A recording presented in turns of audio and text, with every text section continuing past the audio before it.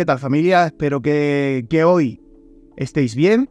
Y si no estáis bien, seguramente después de ver este vídeo vais a estar mejor, o por lo menos lo que yo voy a intentar. Y si no, que joda. Así de claro lo digo. Pero bueno, hoy estamos de nuevo en la sección de música. Y hoy estoy muy emocionado porque tengo una persona con la que voy a hablar de un disco y de un grupo que a mí particularmente me flipó.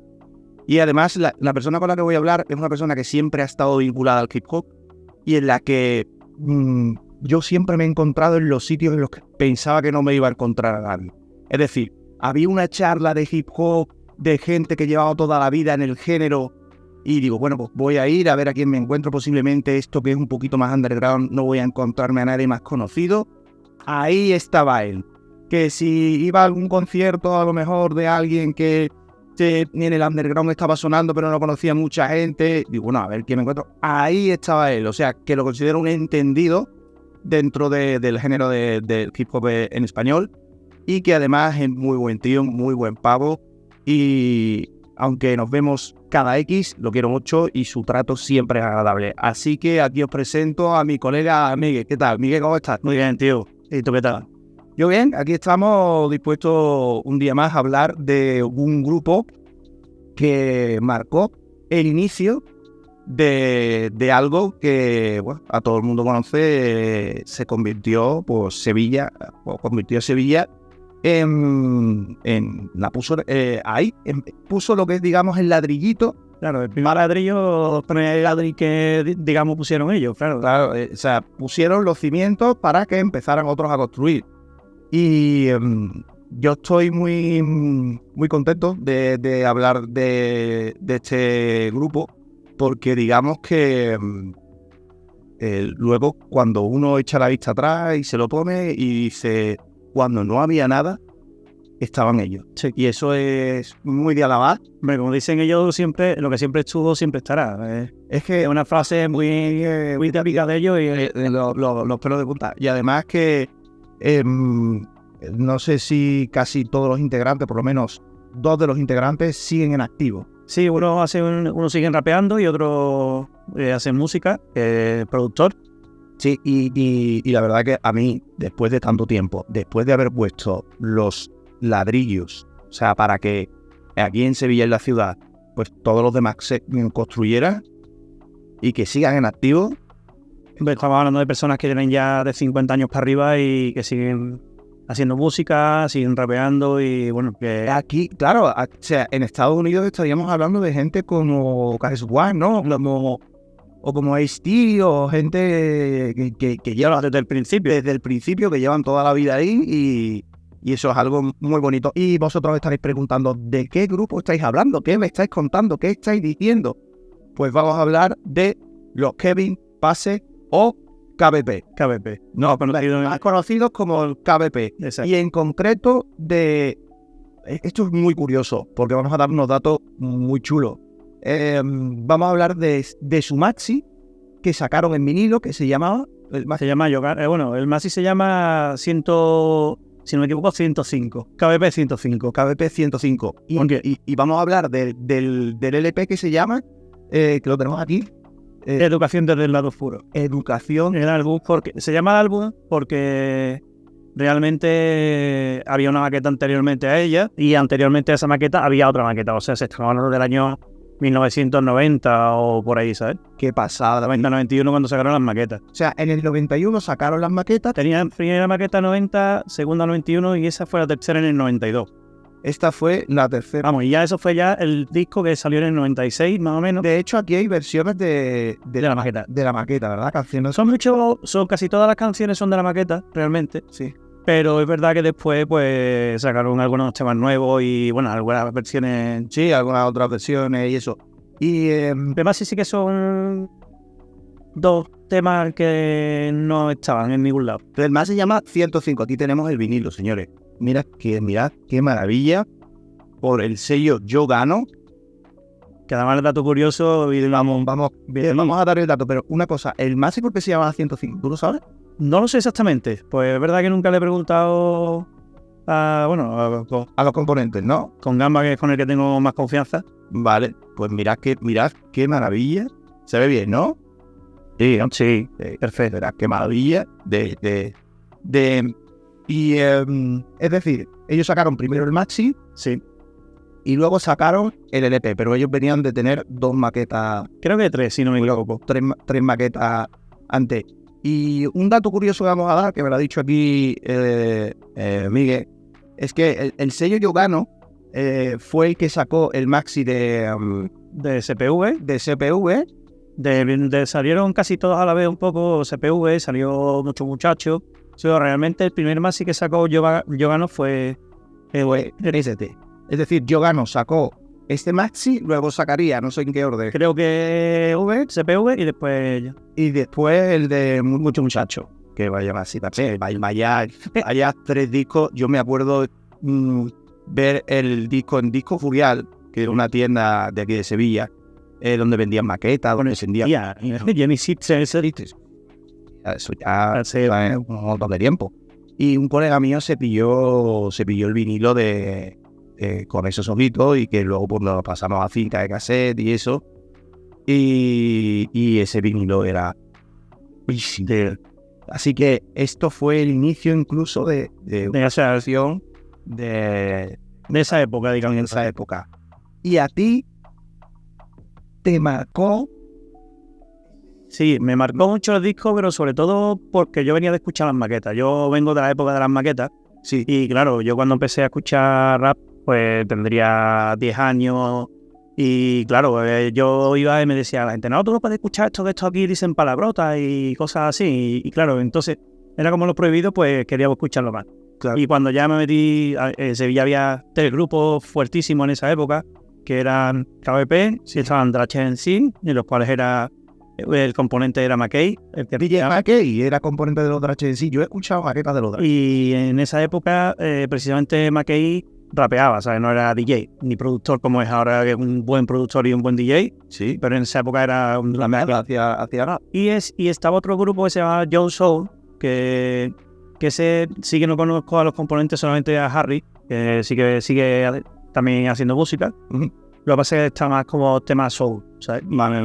Y es verdad que esos 3 grupos eran como muy potentes, sí, en esa época. Y ya después pues salieron grupos ya como SFDK y... O sea, que estamos hablando de antes de todo, o sea, cuando no había nada. Sí, SFDK, digamos, que yo también de KBP y de Drache en sí. O sea, qué maravilla. Estamos hablando de los ladrillos, ¿sabes? De todo. Y cuando escuchaste el CD... Bueno, a mí realmente, como ya te digo, venía de la maqueta, el CD me sorprendió mucho, tanto su musicalidad, que iba distinta a esa música oscura que... Claro, y además su calidad de sonido, ¿no? Date cuenta que muchas veces nosotros, como escuchábamos las maquetas se escuchaban... Oye, si comparamos el sonido de este CD con el sonido de por ejemplo, este PV, sí. Este CD es como la calidad un poco inferior. No sé si por ser el primero no llegaron a ese punto de calidad. Claro, puede ser, date cuenta. Y sonaba más como maqueta que como CD, realmente. Por eso hay que valorarlo más, porque era como el principio de todo, se estaba experimentando, se estaban haciendo cosas. Imagino, ¿no? Que en aquella época, pues, entrar a un estudio de grabación profesional, sí, pues, tendría que ser una experiencia para todo el mundo increíble y pues empezar a conocer todo eso, todo el sonido, todo desarrollarse eso. Y además, porque KBP era en el comienzo, no sé si me equivoco, eran 3 en sí y un productor, o era B-Double, ¿no? B-Double rapero, que rapeaba, Chimpri, que es el Gamba, que también rapeaba, el Muki entró en lo que era, en las maquetas no estaba Muki Mu, solamente era como colaborador, ¿vale? O sea, en las maquetas Muki Mu colaboraba, pero no era integrante. Era integrante del grupo hasta que sacó el CD y ahí ya sí era integrante. Y DJ Jan, que era el DJ de ellos, que bueno, sigue haciendo, no música creo, pero sí que hace viñetas, hace dibujos. Hace cosas artísticas. Sí, digamos, artísticas. Alguna cosilla así artística, ¿no? Pues, de hecho... Bueno, y Cade, que también estaba presente en el disco, aunque no esté por ahí, pero siempre Cade ha estado Sí, con KBP. pero KD era Era de de DPC, pero siempre estuvo también muy vinculado a DPC, que es un grupo que también me gustaría hablar porque DPC tienen una música impresionante para la época. Es decir, y para la época y actualmente, tú escuchas eso.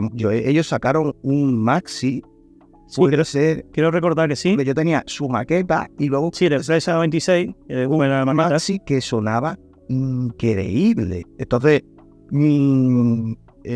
quiero reescucharlo, quiero reencontrarme con ese sonido porque, y además KD, yo me lo he encontrado muchas veces en conciertos, en jazz, en festivales. No, KD es realmente la Biblia del rap en español, ¿sabes? Tú puedes hablar en español y en general del rap, ¿sabes? Quiero traerlo porque seguramente nos contará cosas que la gente debería de conocer. Yo creo que al final la inspiración de la gente, tanto en el cine como en la obra, como todo, es muchas veces echar la vista atrás, ver lo que se hacía antes y con los conceptos nuevos, pues crear nuevas obras. Y sí, realmente está todo inventado. Vale, Un día... vamos a ver que, bueno, nunca se sabe, no me puede salir alguien haciendo reggaetón, bachata, rap.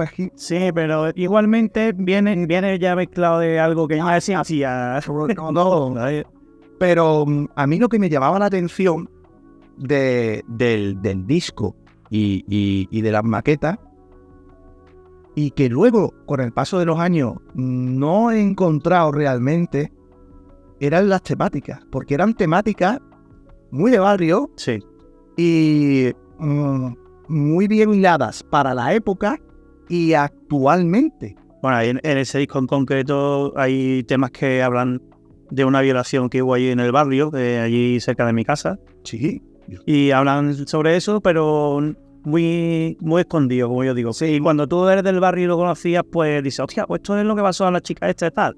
Y contaban muchas cosas, igual que Mackay contó en una de sus canciones, decía una frase de 40 hippies en la pared y era por una redada que hubo en la Alameda muy gorda, de llegó la policía. Es que claro, yo en esa época vivía allí en Barcelona. Además, la estética, tú ves las fotos, la parte de atrás, la estética que ellos tenían muy americano, Sí. gorras negras, negro, me recordaba mucho a la estética del grupo de NWA, Sí. ¿sabes? Y era como la estética. Claro, realmente yo creo que me vio mucho ese rollo G-Fan y... Yo tuve la oportunidad de hablar con Vidal y tengo la oportunidad, para mí siempre hablar con gente que lleva tanto tiempo en la música es privilegiado, me siento privilegiado, te lo digo de verdad, al final respeto, amor, porque sin esa gente yo no hubiera hecho nada de música, sin esa gente no hubiera disfrutado de todos los que han contribuido, ¿no? en mí, ¿no? Musicalmente. Y él me decía, tío, pues yo siempre he escuchado americano, y es muy conocedor del hip hop americano. Y se veía en las letras y en todo eso. Entonces, ¿tú cuando escuchaste este disco? Bueno, ahí ya fue cuando realmente decidí seguir escuchando rap, ¿sabes? ¿Ellos te hicieron seguir escuchando rap? Sí, porque yo venía de escuchar, mi padre había escuchado toda la vida por flamenco, bueno, el junco, Claro. tijerita, cosas de ese tipo, que son los que escuchaba mi familia en casa, ¿sabes? Y claro, yo escuché rock por otro lado y escuché esto y cuando también dije yo, eso es lo que es mi vida, ¿sabes? Y a partir de ahí, vamos, empecé con 10 años y tengo 43, ¿sabes? O sea, podemos decir que te cambió la vida en el sentido de que dijiste, esto es lo que me ha abierto la mente para seguir escuchando. Y aparte la música a mí me ha hecho ir viendo mucho mi camino en la vida, ¿sabes? Realmente. Te ha ayudado mucho en la vida la música. Sí. A mucha gente el hip hop le ha ayudado a tener unos valores, a comportarte de cierta manera, al final a tomar decisiones según la música que tú... Al final poco se habla de eso, de que uno toma decisiones muchas veces en función de la música que escucha. Claro. Entonces es muy importante. Y además el disco tiene una producción muy... Porque todas las producciones son del... Yo creo que muchas son de KD. Muchas son de esa... No sé exactamente porque es verdad que hace mucho que no miro el libreto, pero juraría que muchas son de Cave. Puede ser. Y uno, aquí tenéis un poco... Somos los privilegiados teniendo esta enseñanza. Pero porque actualmente Vidabol sigue rapeando, Chimpy, no, es Chimpy. Siempre sigue produciendo. Yo lo tengo en Instagram. Ah, sí, él sigue produciendo. Es verdad que no sé si sigue haciendo música como para vender o solamente lo hace para gente conocida. Pero la música que él hace, yo he escuchado cosas en Instagram. Creo que he hablado alguna vez muy poquito con él, pero la música que hace, que yo le he escuchado algo, está muy guapo. Sí. Y es muy rollo old school, claro, es lo que yo he escuchado. No sé si tendrá más otra... Hombre, es versátil. Guapo. Es versátil, pero es verdad que realmente se guía más para old school. Claro. Y Muki yo lo conocí también. Yo Muki es verdad que no tengo mucha confianza con él, nunca he tenido un trato cercano porque fue ya en la última época cuando yo los conocí a ellos. Y es verdad que pues, con Gamba sí que he tenido una muy buena amistad. Vale, pues yo Muki lo conocí a través de Nico. Sí, yo me juntaba mucho con Nico y aparte lo quiero mucho. Y me lo presentó y para mí fue... Porque además... Una de las cosas que hacen este disco diferente a muchos otros discos es el empaque, o sea, todo. ¿Con esto qué quiero decir? Quiero decir que la temática de barrio, ahora volveremos a la temática de barrio porque quiero comentar varias cosas sobre eso. O sea, la temática de barrio, la música y las rimas, y sobre todo las voces. Es decir, hay gente que ha escuchado este disco y me ha dicho, ha pasado mal, porque hay muchos discos que con el paso de los años pues no envejecen igual. Hay veces que envejecen unos mejores, otros peor. Y hay gente que me ha dicho, pues no ha envejecido muy bien. Y le he dicho, pero tú has escuchado el mensaje que lleva. ¿Todo? Y me ha dicho, ¿cómo que todo? Digo, mira, escucha ese disco, piensa en la temática. Piensa que las instrumentales no había nada, eran como la gente haciendo ese instrumental. Y piensa también, que es una cosa que a mí me flipa de KPP, en las voces, tío. Vidabol tiene una voz súper peculiar. Es una voz que... Es una voz, y yo de verdad, mira que he escuchado muchas canciones, pero tiene una voz y una manera de expresarse súper peculiar que a día de hoy en la escena yo no he encontrado.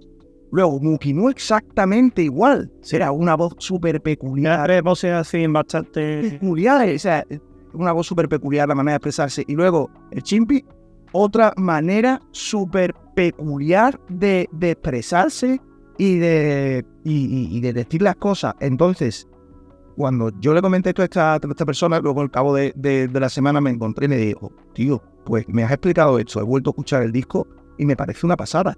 Y es que es verdad. No, yo lo escuché precisamente hace ni mucho porque mi mujer regaló, para mi cumpleaños me regaló una mini cadena donde ya puedo poner mis CDs. Ah, mira. Pues para mi buena colección.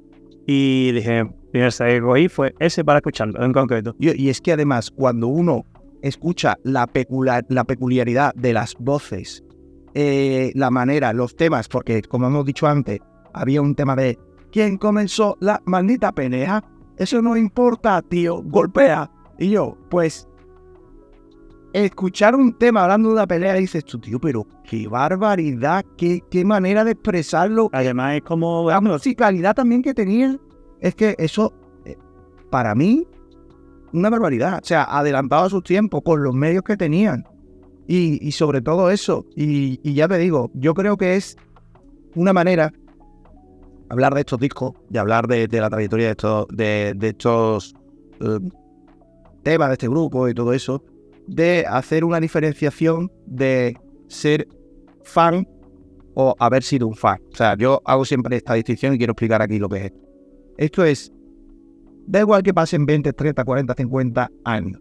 Si a ti te ponen, aunque tú no escuches ese artista actualmente, aunque ya su música no te llegue por el motivo de que sea, si a ti te ponen una canción de ese artista que en su día te llegó, claro, y a día de hoy te sigue generando las mismas sensaciones, tú vas a ser fan toda la vida De esa artista. Y de esa artista, porque ya ha hecho algo que a ti te ha marcado para toda la vida. O sea, y el no ser fan o dejar de ser fan, o pues es que, bueno, que a ti te ponga, a mí me ha pasado, yo he puesto discos antiguos que a mí particularmente pues ya no me llegan como antes, y entonces ya no tengo esa conexión con esos grupos, con esos artistas.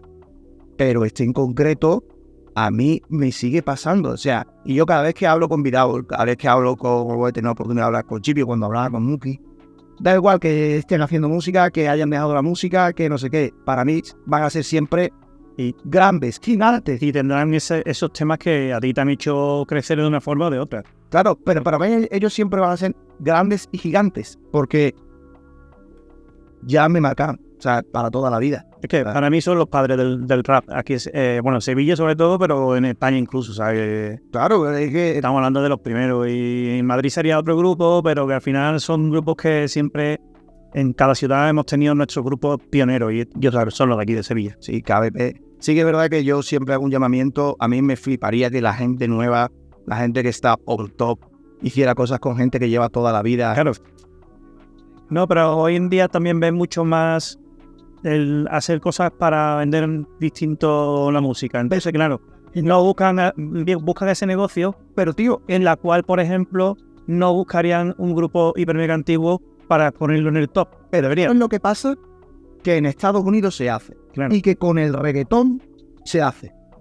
La propia Karol G hace tiempo hizo un tema, no me acuerdo el artista que era, hizo un tema de reggaetón, y el tema de reggaetón le pegaba, lo estuvo contando ella, le pegaba a un artista antiguo que hacía reggaetón hace un montón de tiempo, y lo metió en el tema. Y todo el mundo flipó. Claro. Raúl Alejandro hizo una versión de la 440 con Baby Rasta y Gringo, y metió a uno de ellos, lo metió en el le hizo un remix de esa canción y lo metió ahí cantando un verso. Ese tipo de cosas. Realmente, si tú haces un tema de un grupo que a ti te gusta, lo normal que si tienes ese poder de poder meter a esa persona en ese tema, meterlo. Claro, decir, mira, pues yo tengo este tema y a este tema que lo he hecho Old School le pega a lo mejor un estribillo de alguien de la Old School, de KBP, de lo que sea, tío. Eso sería para mí bomba. Me refiero en todas las ciudades de España. Es decir, que si hiciera eso, como eso sería, se puede hacer negocio haciendo ese tipo de cosas. Yo entiendo que ahora sí hay negocio, ahora sí hay dinero. Y yo, con la gente que se mueve en el negocio, el dinero quiere dinero. Y, claro, hay que comer, hay que vivir.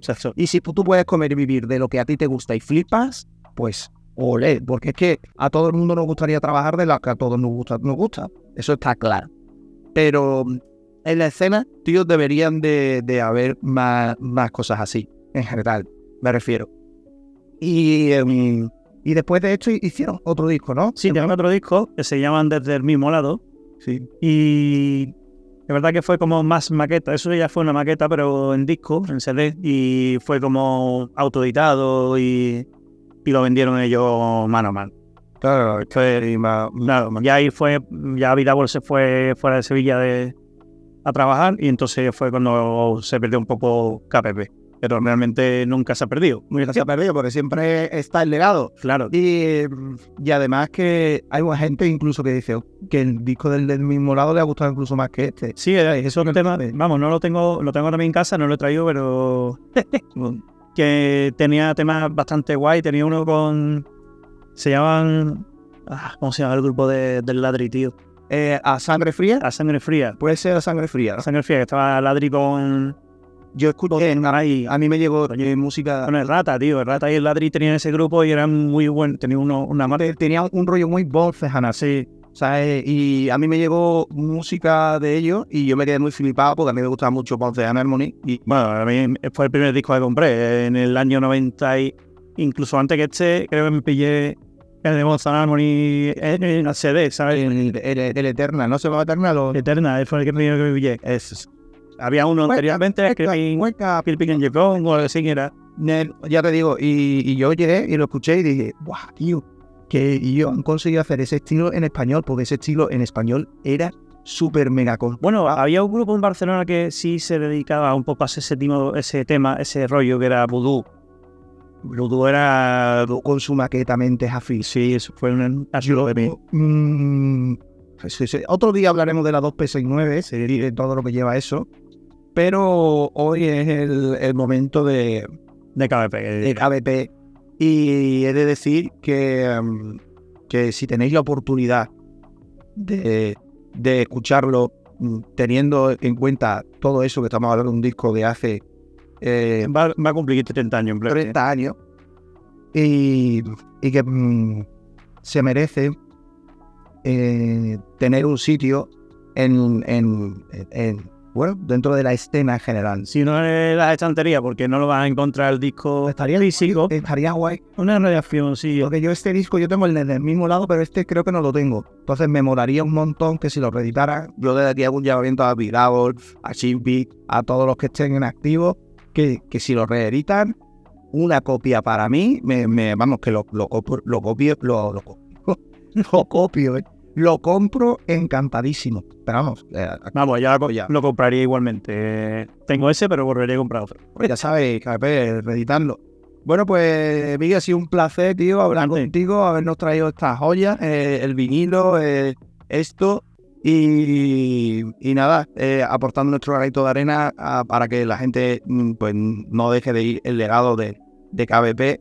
Y nosotros afortunados, y yo me considero afortunado por haber compartido este ratito contigo hablando con ellos y por pues disfrutar de su música y de conocerlos en persona, que muchas veces uno no tiene la oportunidad. Es verdad que muchas veces lo que tú dices de conocer a los artistas, algunas veces yo he defraudado un poco. Claro, que decidí no conocer a los artistas, pero sí he de decir que al haber hablado con ellos y ellos venir de la cultura propia de cuando no había nada, pues se nota que a ellos les gusta el movimiento, ¿no? Ya te digo, y si algún día tienes una oportunidad de traer a Cade, eso sí que es una biblia de rap en general. Cade, yo no sé si me estás viendo o me vas a ver o lo que sea, pero voy a intentar que vengas y que hablemos del maxi en vinilo, porque saco en CD y en vinilo, y ese maxi era una locura. Así que no sé dónde estés. Allí donde estés, que espero que estés bien tomando cerveza. Sí, bien seguro. Pues hablaremos. Y nada, un saludito, familia, Miguel. Placer, tío, y nada, nos vemos en la próxima, ¿no? Seguro, nos vemos prontito. Adiós, chao.